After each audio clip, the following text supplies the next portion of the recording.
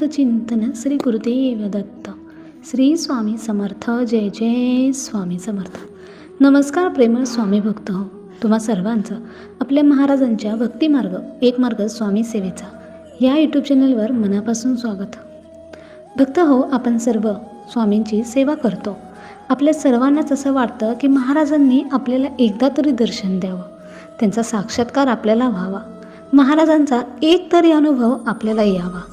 तर भक्त हो, महाराज त्यांच्या भक्तांना सहजासहजी अनुभव देत नाहीत.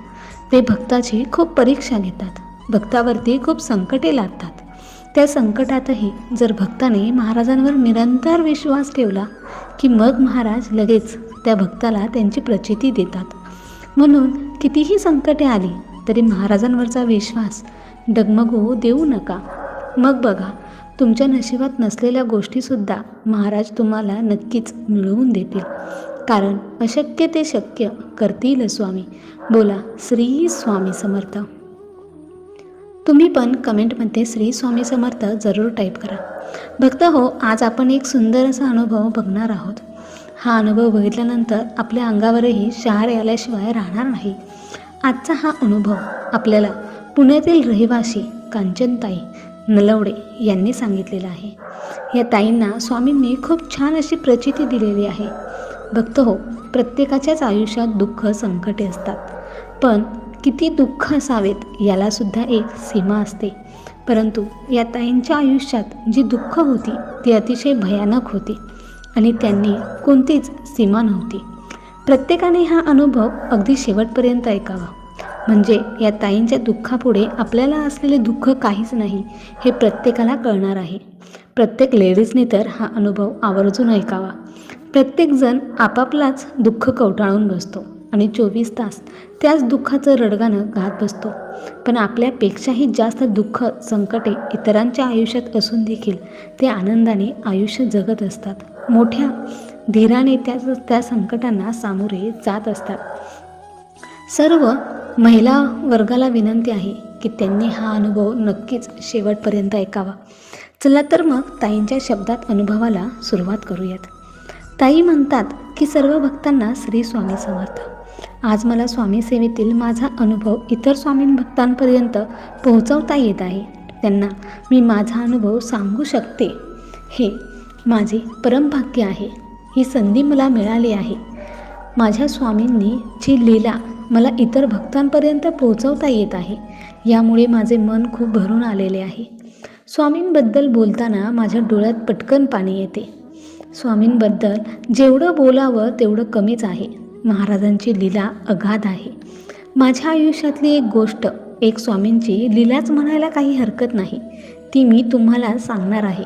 स्वामी सेवेने काय होते, स्वामींची सेवा केल्याने, स्वामींच्या भक्तिमार्गात गेल्याने नेमके काय मिळते हे आज मी तुम्हाला सांगणार आहे. आणि स्वामींची सेवा का करावी हे सुद्धा तुम्हाला या व्हिडिओमध्ये समजणारच आहे. तर भक्त हो, प्रत्येकाच्याच आयुष्यात अडचणीही असतात. काहींना आर्थिक, तर काहींना भौतिक, काहींना प्रापंचिक. कोणत्या ना कोणत्या रूपात अडचणी या आपल्यासमोर उभ्या असतातच.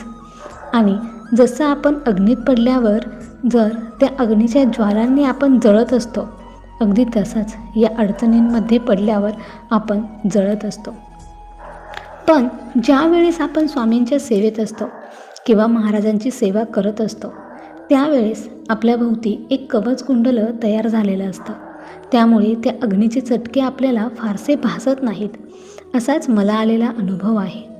भक्तांनो, तुम्हाला खोटं वाटेल, पण माझ्या घरामध्ये खूप निगेटिव्हिटी होती. घरात सारखे आजारपण होते. कुठं काय होतं आहे हेच कळत नव्हतं. आज एक दुखलं की उद्या दुसरंच दुखायचं. काही कळतच नव्हतं. आम्ही खूप दवाखाना केला, खूप ठिकाणी फिरलो, खूप सारे औषध घेतले.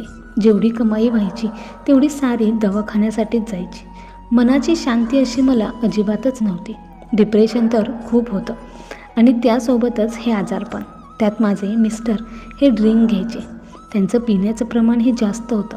त्यामुळे मला खूप टेन्शन यायचं. असं वाटायचं की आम्हाला काही बाहेरची बाधा तर नसेल ना. कुणी सांगायचं की तुम्हाला कुणीतरी काहीतरी केलेले असेल, तुमच्या घरामध्ये काहीतरी आहे असं प्रत्येकजण सांगायचं. मग आम्ही सर्व देव केले, देवऋषाकडे पण गेलो. त्यांनी सांगितलं तसं केलं. सर्व बाबा लोकांचं पण सर्व उतारे वगैरे केले. सर्व काही करून झालं. आता आम्ही पूर्ण थकलो, कारण आम्हाला कुठेच काहीच फरक पडत नव्हता. असेच गणपतीचे दिवस होते. आम्ही लालबागच्या गणपतीला जायचं ठरवलं आणि आम्ही पहाटेच घरून दर्शनाला निघालो. पुढे गेल्यावरती दर्शनासाठी आम्ही रांगेत उभा राहिलो. तितक्यात खाली मला एक कागदासारखा काहीतरी चमकताना दिसले. मी खाली वाकून तो कागद उचलला तर तो पासपोर्ट साईजचा स्वामी महाराजांचा फोटो होता आणि लोक तिथून जात होते. माझ्या मनात आलं की लोक इथून पाय देऊन पुढे जात आहेत, हे तर पाप आहे. म्हणून मी तो फोटो माझ्या पर्समध्ये ठेवला. त्या अगोदर मला स्वामी काय, स्वामी सेवा काय याबद्दल काहीच माहीत नव्हतं आणि तो फोटो तसाच माझ्या पर्समध्ये माझ्यासोबत माझ्या घरी आला. तो फोटो तसाच होता. मी त्याची पूजा वगैरे काहीच करत नव्हते. एकदा काय झालं, मी मोबाईल बघत होते आणि मोबाईलवर स्वामींचा असाच एक अनुभव प्ले झाला आणि त्यांनी तो अनुभव सांगितला आणि मी तो ऐकूनसुद्धा घेतला. त्यानंतर मला असे वाटले की आपणही स्वामींची सेवा करावी का? आपल्याला पण स्वामी प्रसन्न होतील.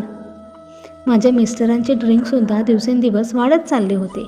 माझ्या आजारपणामुळे मला काहीच सुचत नव्हते. खूप अस्वस्थ असे वाटत होते. महाराजांची सेवा केल्यावर आपल्यालासुद्धा फरक पडेल. घरात सारख्या कटकटी होत होत्या. मला 3 मुले आहेत, 2 जुळी मुलं आणि 1 मुलगी. त्यामुळे त्यांचंसुद्धा टेन्शन होतंच. असाच विचार केला आणि थोडे दिवस तसेच निघून गेले. स्वामींची सेवा करायचं हे मनातच राहून गेलं. स्वामींची सेवा करणं माझ्याच्याने झालंच नाही.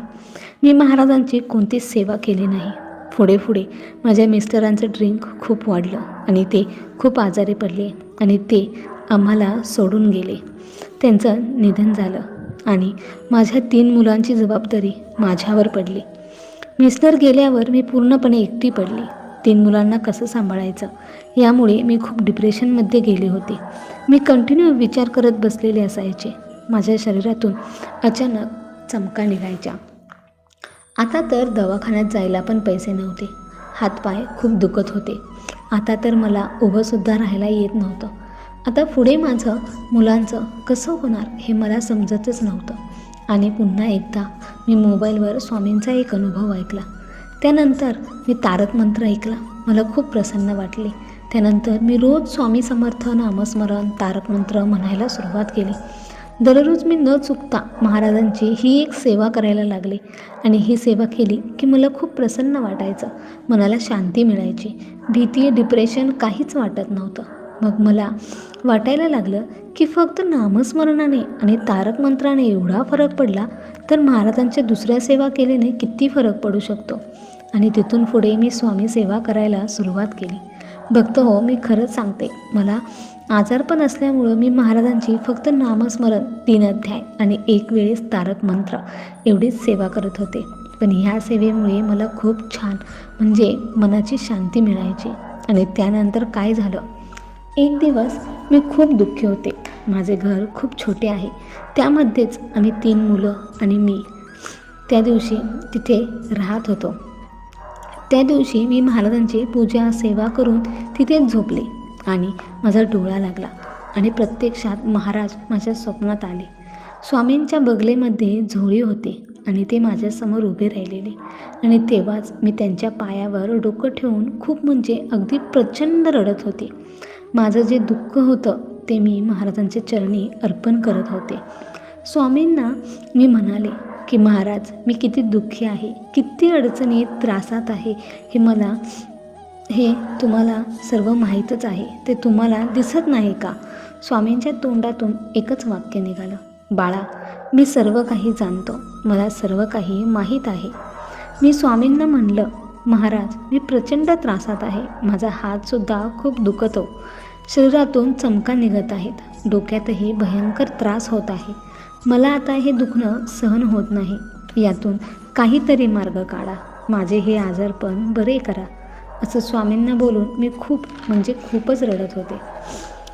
माझ्या त्या रडण्याला सीमाच नव्हती. आईवडिलांजवळ आपण हक्काने मन मोकळं करतो तेव्हाच आपलं मन शांत होतं.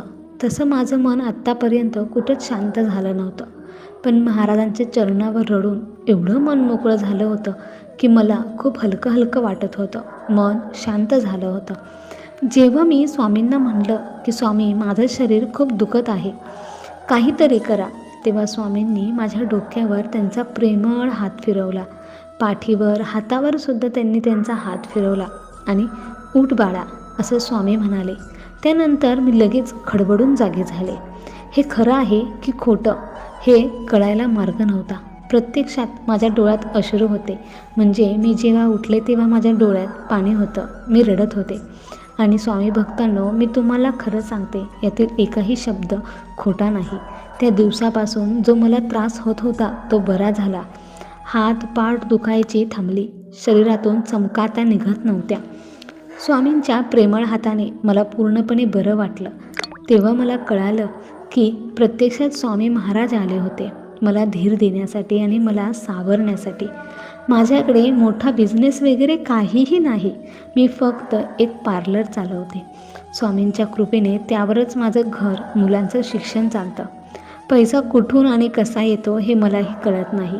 खूप टेन्शन असतं, तेव्हा काय करायचं, कसं करायचं हे मला समजत नाही. तेव्हा मी सगळं काही स्वामींवर सोडून दिलेलं आहे. असं म्हणते, आता हे असं होणार आहे, याची कमी आहे, हे सर्व आता स्वामी तुम्ही बघून घ्यायचं. मी फक्त एवढंच स्वामींना सांगते. आणि स्वामी भक्त हो, तुम्ही पण स्वामींची सेवा निरंतर चालू ठेवा. जी चूक माझ्याकडून झाली ती तुम्ही करू नका. एकदा मनात विचार आला की महाराजांची सेवा करायची तर ती करावीच लागेल, म्हणजे तुम्ही ती कराच.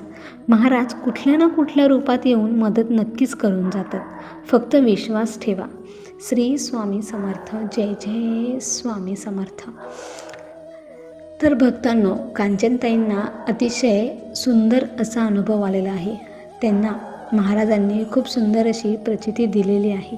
तर तुम्हाला ह्या कांचनताईंचा अनुभव कसा वाटला हे आम्हाला कमेंट करून नक्की सांगा. आणि व्हिडिओ आवडला असेल तर त्यांना एक लाईक नक्कीच द्या. आणि अशाच नवनवीन अनुभव आणि महाराजांचे नवनवीन व्हिडिओज पाहण्यासाठी आपल्या भक्तिमार्ग, एक मार्ग स्वामी सेवेचा ह्या यूट्यूब चॅनलवर सबस्क्राईब करून स्वामी भक्तांना जॉईन व्हा.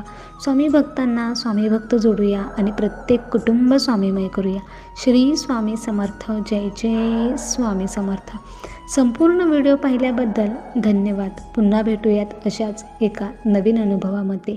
तोपर्यंत श्री स्वामी समर्थ. तुम्ही पण कमेंटमध्ये श्री स्वामी समर्थ जरूर टाईप करा, कारण महाराजांची केलेली कोणतीच सेवा कधीच वाया जात नाही. त्याचे फळ आपल्याला महाराज नक्कीच देत असतात. धन्यवाद. श्री स्वामी समर्थ.